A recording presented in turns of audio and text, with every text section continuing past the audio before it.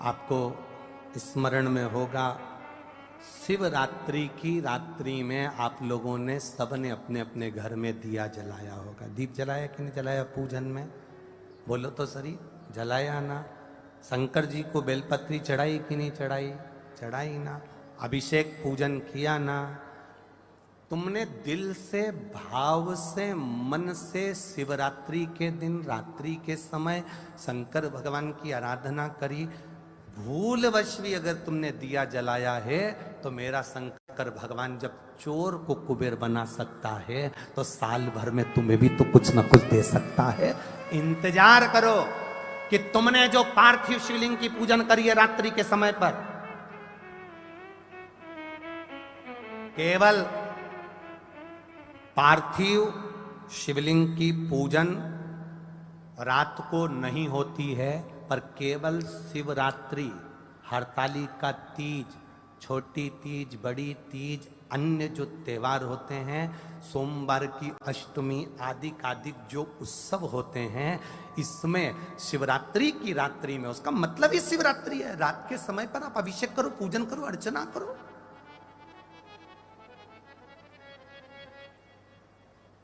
उसका काम शिवरात्रि, रात भर आराधना करिए, रात भर अर्चना करिए। एक बार हमने बहुत पहले 2-3 साल पहले कथा में कहा था कि शिव जी का अभिषेक रात में नहीं होना चाहिए, केवल शिवरात्रि एक ऐसी होती है जिसमें शंकर भगवान का अभिषेक रात्रि को होता है और दिल से करना चाहिए, पूजन दिल से करना चाहिए।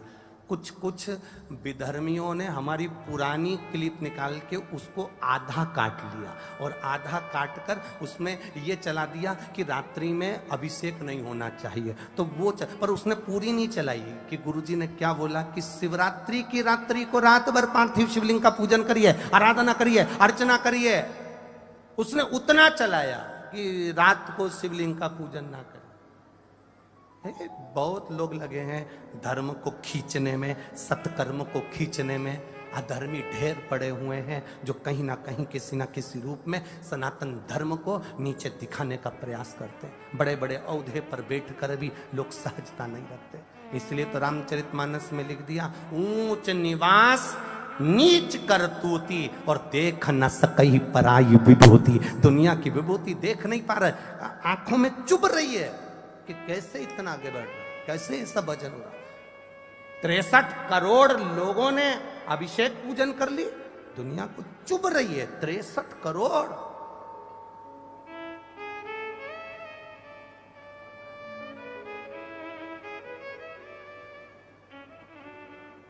चुभ रहा है।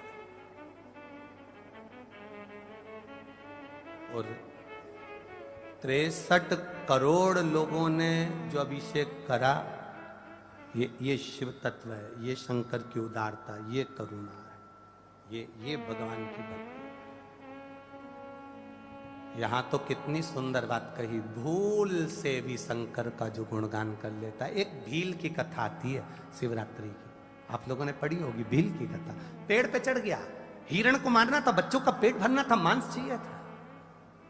पेड़ पे चढ़ा, पानी की छाजल, अब इधर छाजल जानते कि नहीं जानते मैं नहीं मालूम, कपड़े की बनती थी, मोटे कपड़े की छाजल जिसमें पानी भरा था, ठंडा पानी रहता था। कपड़े की छाजल लेकर ऊपर चढ़ा, पेड़ पे टांग दिया, चढ़ गया ऊपर। हिरण का इंतजार कर रहा है कोई मृग आ जाए, उसको मारूंगा, बच्चों का पेट भरना, बच्चे भूखे।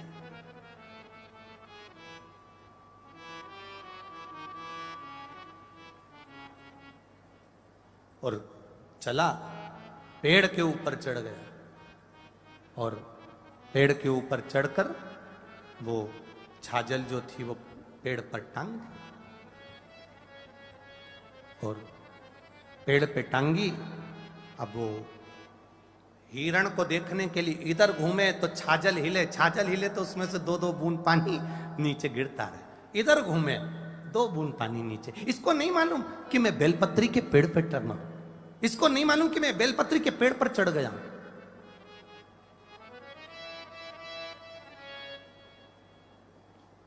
इसको मालूम ही नहीं,